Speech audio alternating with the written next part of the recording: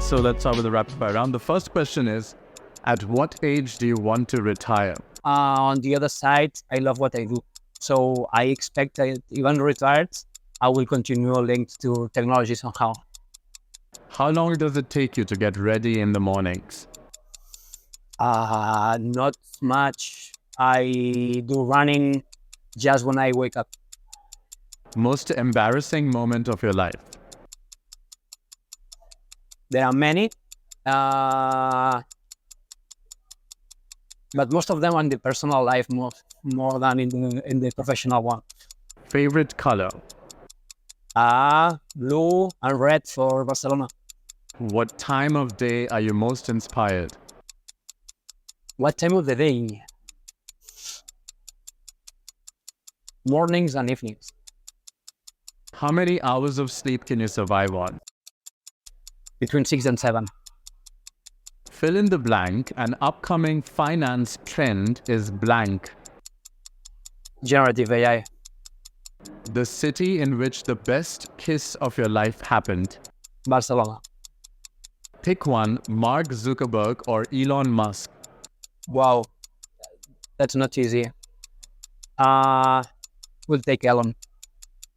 The biggest mistake of your career. Whenever I didn't try something. How do you relax? I run. A habit of yours that you hate. Procrastination. The most valuable skill you've learned in life. Respect. Your favorite Netflix show. Yes, I prefer a book. One word description of your leadership style. Open. Top priority in your daily schedule. Family. Ideal vacation spot for relaxation. Costa Brava. Key factor for maintaining a work-life balance. Being conscious of the importance of time. Right.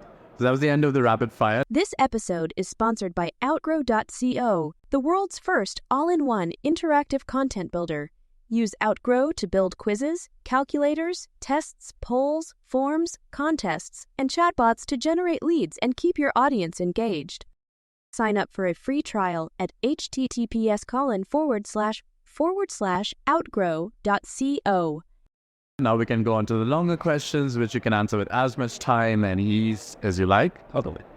The first one is, what role does customer experience play in digital transformation initiatives?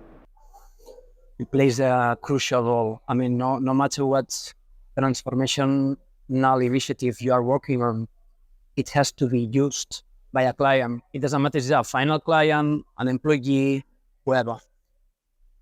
That user will decide if they will adopt your transformational project, or maybe it's gonna be your differentiator, because that client can choose between your option and another one.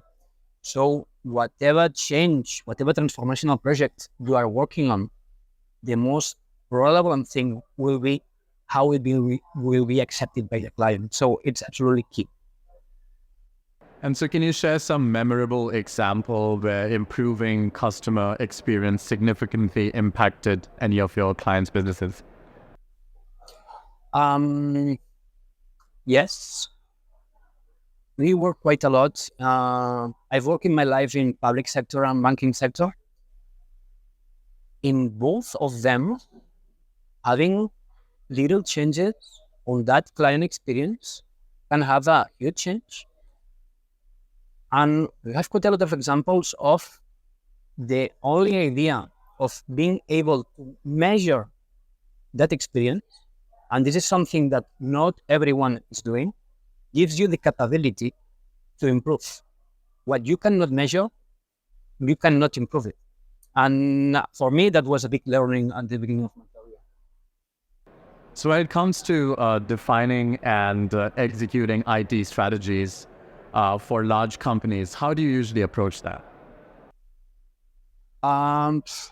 First of all, there is the book from Simon Sinek that it's called Start with the Why.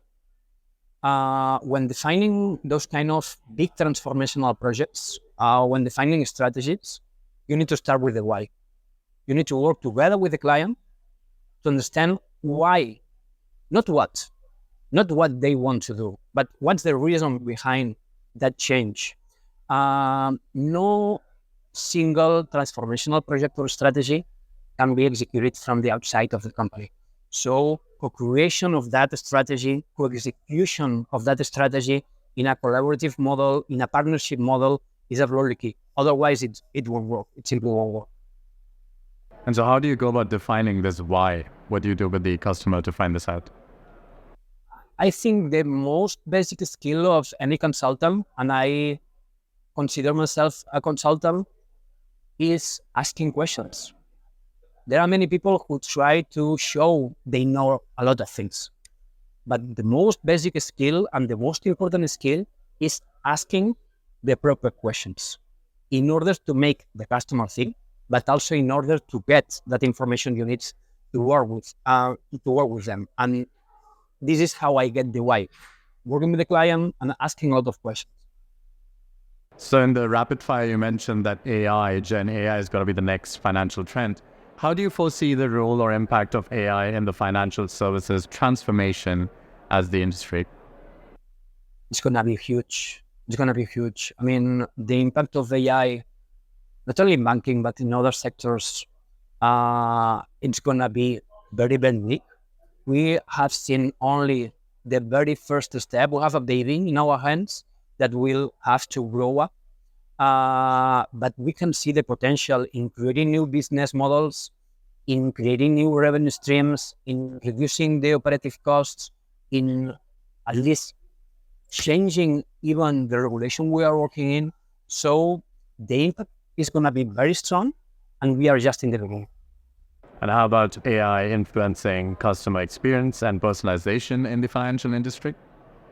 Absolutely, it will. But we are seeing it now. I mean, with the impact of this new Gen AI in everyone's use, the expectation of our clients is to see it in our applications. As an example, whatever best experience you have in any service, it's going to be the minimum experience you are expecting in any service. So our customers, our employees, they are used to Gen AI. They have seen it in their daily lives. So they will be expecting something like that. They will be expecting systems more than transactions. And this is something that will come with it. And so what about the regulatory concerns here and the privacy concern? Well, that's part of the governance too. It's not only AI governance, but also data governance. There is a new regulation in Europe, the EU Act. There's going to be a lot of movement around that because banks have sometimes to comply with that regulation, but not much. But they need that anyway in order to scale. I mean, though what's coming from the EU Act is quite basic rules that we need to apply into our business in order to have explainability. We need to be able to explain why a model is taken, the decision is taken in terms of transparency, in terms of being sure our models have no bias. Many areas of the way we are managing AI at a higher level will be impacted. I also expect customers and clients to be creating their own models, their own AI platforms that will be part of their competitive advantage. So not only using the AI provided by technology vendors, but creating their own ecosystem of solutions that will be key in order to define the new business models and the new experiences for clients. Can you describe a particularly challenging digital transformation project you led and how you navigated it to success? Well, I've been working in many projects in my life. I have some white hair, so I've been working for a while.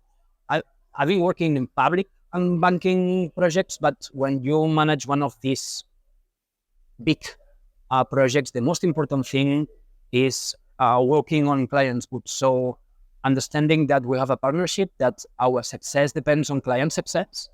And when you do that is when you are successful.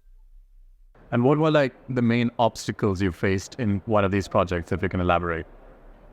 Sometimes the most complex areas in transformational projects are not usually linked to technology.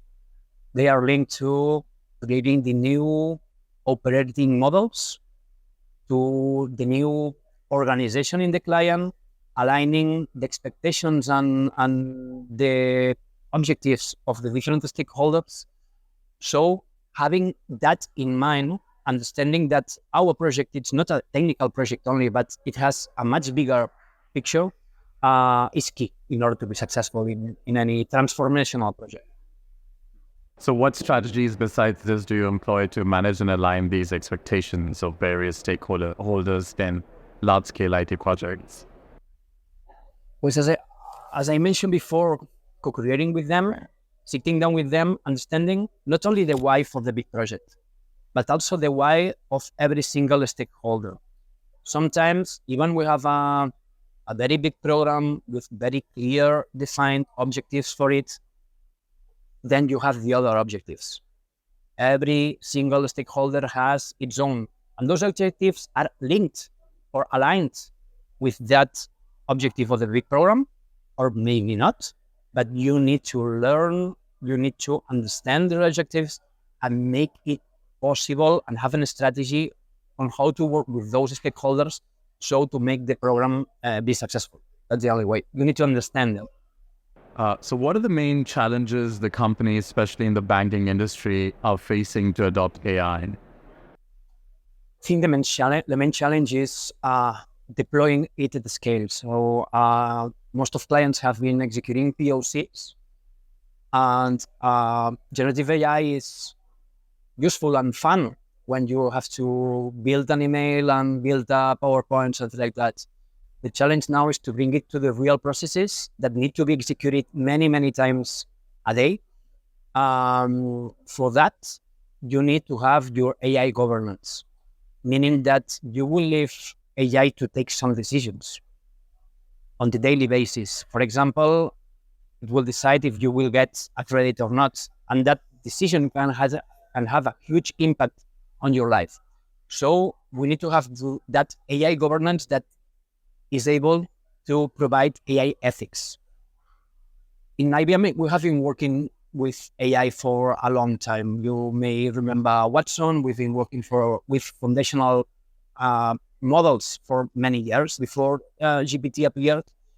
And we have a methodology, and we have also Watson X, which is a capability that includes the capability of to govern data, AI, and a specific platform for AI governance. So this is key in our value proposition, and this is needed in order to be able to scale, to bring AI at the scale at any client.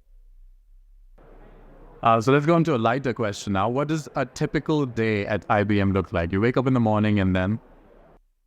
Well, I wake up in the morning. If I can, I go to do some running. And then I normally go to the office. We can decide whether we want to work in the office or at home, but I prefer going to the office. I live not far from it.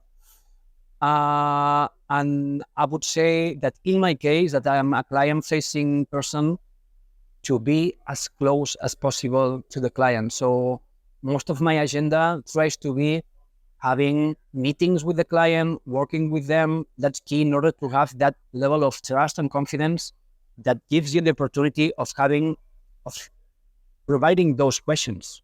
You need to understand the why, and you cannot understand the why sitting on your office. You need to be in the client. I would say that's my way. And how much of all your time is taken up by meetings then? I would say that not enough time of client meetings and too much time of internal meetings. Okay. What advice would you have for job seekers looking for a job in your industry? keep updated. I mean, our world is changing very, very fast, and this is going to be faster and faster. So keep updated. That's the only advice I can give. So you worked in multiple countries, Germany, Hungary, UK, Belgium, and Spain. How's your experience in all these countries influenced your approach to IT consultancy? When working in those countries, you feel the multicultural diversity. I mean, you can feel at the same time they are very, very similar to you on the why, but they are somewhat different on the how and the what. You also learn that having multicultural teams gives you a lot of power because it gives you different point of views on the same problem, even different definitions of the same problem, and you can provide much more value by adding all those different points of views. So it's a learning experience, and at the end of the day, it's what the most important thing you learn is that you need to respect every single culture in the world. So how do you balance all of this learning and innovation with practical business needs and constraints? I would say that's a challenge that every single leader in the world has, balancing the short term and the mid-long term. What I do with my teams is we work on an OKR framework. We have objectives for both short term and mid and long term, and we follow them. So we can make sure we are not forgetting not the short term and not the long term. You cannot only work on the long term because you will be out, and you cannot only work in the short term because you will be out of the business in some time. So you need to balance both. So you mentioned earlier as well that it's a very rapidly changing industry that you're in. How do you stay ahead of all this rapidly evolving technology landscape to ensure your strategies remain relevant? That was my advice to everyone. I have one advantage. I love what I do. So for me, reading and keeping updates, it's a kind of a hobby. But if you really want to learn something, you have to take the risk to jump into the scenario. You need to create your own presentation, to expose yourself, to explain it to the client, to another colleague, to I teach, for example, to teach to a class. Because if you read a book, you learn something, you get the ideas. But if you have to explain it yourself, then it will become yours. And this is the real way you can really learn. What are your resources? Where do you learn everything? Like, are there particular newspapers? Are there networks? Where do you get your information from? We have very, very, very, very good information sources at IBM. We have Institute for Business Value that is a leading consultancy similar to McKinsey, for example. I read books. I read blogs. I listen to podcasts. And I try to learn as much as possible from the people I work with, from my client, from my team, from my bosses, and so on, from everyone. Having as much conversations as you can is the best way to learn. So the final question for you is of a personal kind. What would you be doing in your life if not this? That's a good question. I would say something similar. I don't have an answer. Teaching, but you're already teaching. Yeah, I'm already teaching. I love teaching.